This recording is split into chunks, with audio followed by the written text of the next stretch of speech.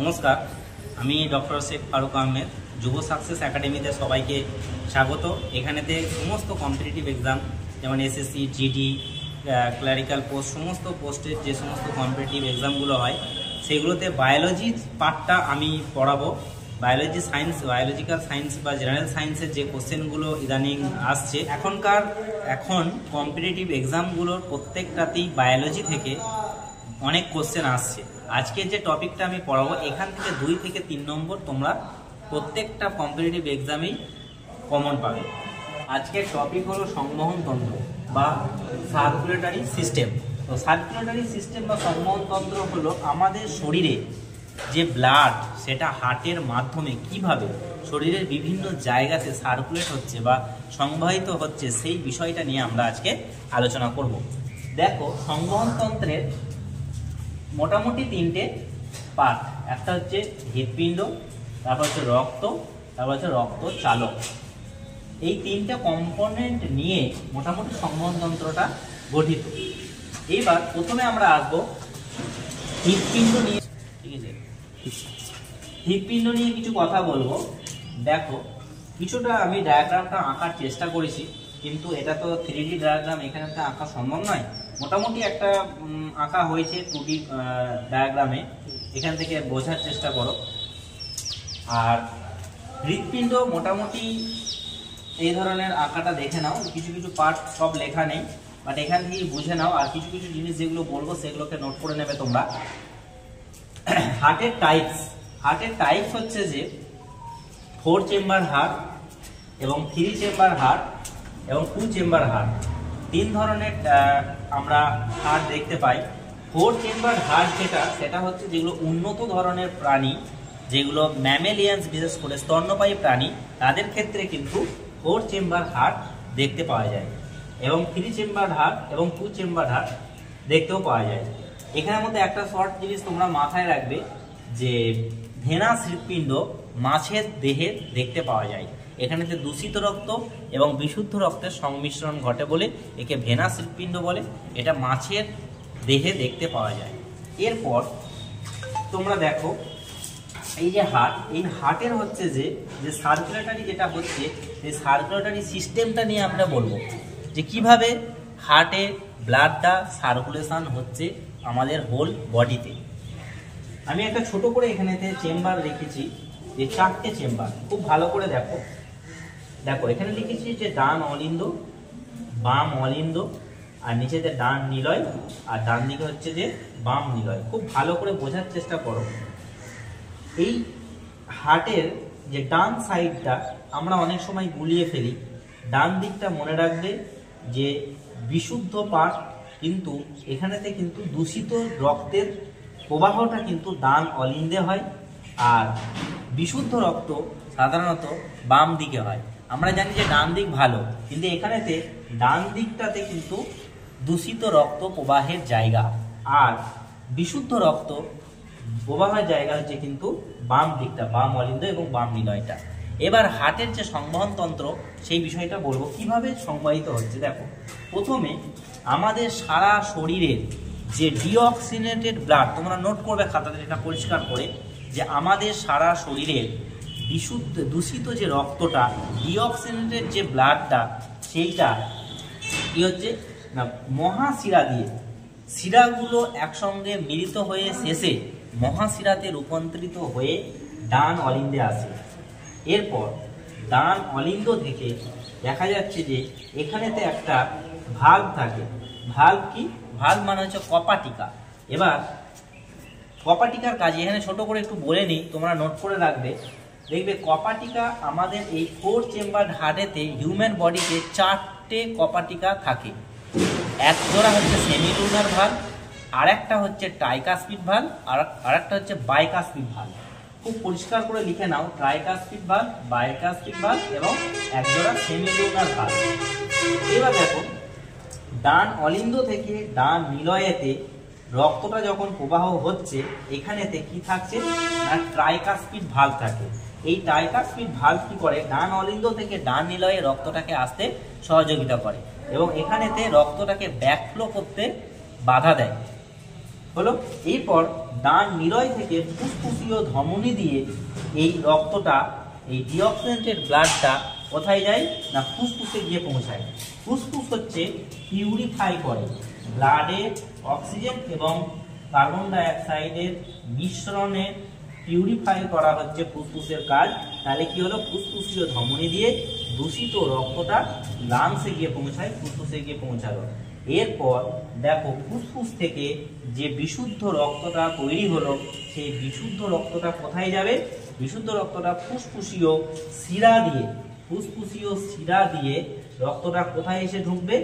বাম অলিন্দে। বাম অলিন্দে রক্ত চলে এলো। বাম অলিন্দ থেকে রক্ত বাম নিলয়ে আসবে। দেখবে এখানে তো একটা কপাটিকা থাকে, এই কপাটিকার নাম হচ্ছে কি না বাইকাসপিড ভালভ। তাহলে বাইকাসপিড ভালভ কোথায় থাকে? বাইকাসপিড ভালভ থাকে কোথায় না বাম অলিন্দ এবং বাম নিলয়ের ঠিক মাঝখানেতে। এইখানেতে বাইকাসপিড ভালভের মধ্য দিয়ে রক্তটা বাম অলিন্দ থেকে বাম নিলয়ে আসার পর এই রক্তটা আবার তোমার মহাধমনী দিয়ে বিশুদ্ধ রক্তটা সারা শরীরে পৌঁছায়। তাহলে খুব ছোট করে সংক্ষেপে যদি বলি, খুব নোট করে রাখো যে সারা শরীর থেকে দূষিত রক্ত শিরা দিয়ে বা মহাশিরা দিয়ে দূষিত রক্তটা প্রথমে ডান অলিন্দে আসে। ডান অলিন্দ থেকে আসার পর ত্রিপত্র কপাটিকা বা ট্রাইকাসপিড ভালভ দিয়ে ডান নিলয়ে আসে এবং ডান নিলয় থেকে ফুসফুসীয় ধমনী দিয়ে দূষিত রক্তটা কোথায় যায়? পিউরিফাই হওয়ার জন্য ফুসফুসে পৌঁছায় এবং ফুসফুস থেকে তোমার বিশুদ্ধ রক্তটা ফুসফুসীয় শিরা দিয়ে বাম অলিন্দে আসে, তারপর বাম নিলয় থেকে এবার বিশুদ্ধ রক্তটা আমাদের সারা শরীরে মহাধমনীর মধ্য দিয়ে পৌঁছায়। একটা কথা এখানে নোট করে রাখবে, আমরা সবাই জানি যে শিরা দিয়ে সাধারণত দূষিত রক্ত প্রবাহিত হয়, কিন্তু এক্সেপশনাল কেস হচ্ছে ফুসফুসীয় শিরা।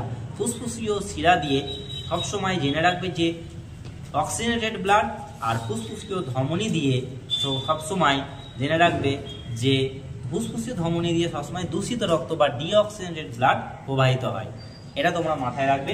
এরপর দেখো, হ্যাঁ এখানে আর একটা জিনিস বলা হয়নি, এটাও তোমরা খেয়াল রাখবে যে সেমিলিউনার ভালভ বা অর্ধচন্দ্রাকৃতি কপাটিকা। অর্ধচন্দ্রাকৃতি কপাটিকা কোথায় থাকে না এই ফুসফুসীয় শিরা এবং ফুসফুসীয় ধমনীর মধ্যে। ফুসফুসীয় শিরা ফুসফুসীয় ধমনী দেখো ডান নিলয় এবং ফুসফুসীয় ধমনীর মধ্যে একটা সেমিলিউনার ভালভ থাকে, আর একটা থাকছে কি না ফুসফুসীয় শিরা এবং বাম অলিন্দের জায়গাটাতে একটা ওই সেমিলিউনার ভালভ থাকে।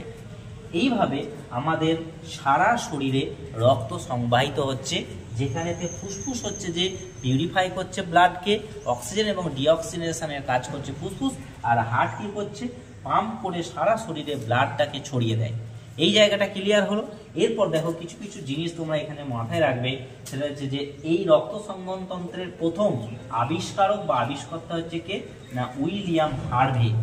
শর্ট নোট হিসাবে মাথায় রাখবে। এরপর হচ্ছে আমাদের এই যে হৃৎপিণ্ড, এই হৃৎপিণ্ড হচ্ছে যে সবসময় মনে রাখবে যে আমাদের যে ভেসেলসগুলো আছে, ভিতরের যে অঙ্গগুলো আছে, সেই অঙ্গগুলো সবসময় একটা আবরণ দ্বারা আচ্ছাদিত থাকে, একটা মেমব্রেন থাকে। সেরকম একটা মেমব্রেন হচ্ছে কি হার্টের মেমব্রেন হচ্ছে, নাম মনে রাখবে যে পেরিকার্ডিয়াম, মনে থাকবে। এরপর এর যে স্বাভাবিক আমাদের যে হৃদস্পন্দন, আমাদের যে হার্টের যে একটা সবসময় কি হচ্ছে না পাম্পিং করছে, এই পাম্পিংয়ের একটা হৃদস্পন্দন বলা হয়। এই পাম্পিংকে স্বাভাবিক হৃদস্পন্দন মনে রাখবে যে 72/মিনিট।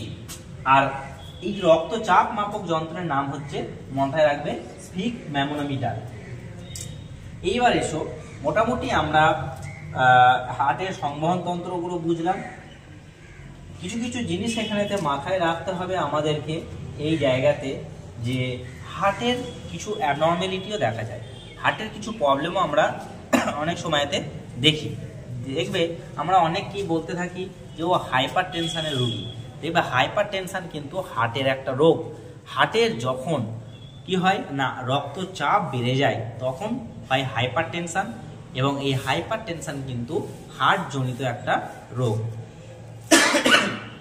হাইপারটেনশন যখন হয় তখন কি হয় আমাদের ব্লাড ভেসেলসের রক্তচাপ বেড়ে যায় এবং হাইপোটেনশনে ব্লাড প্রেশার কমে যায়।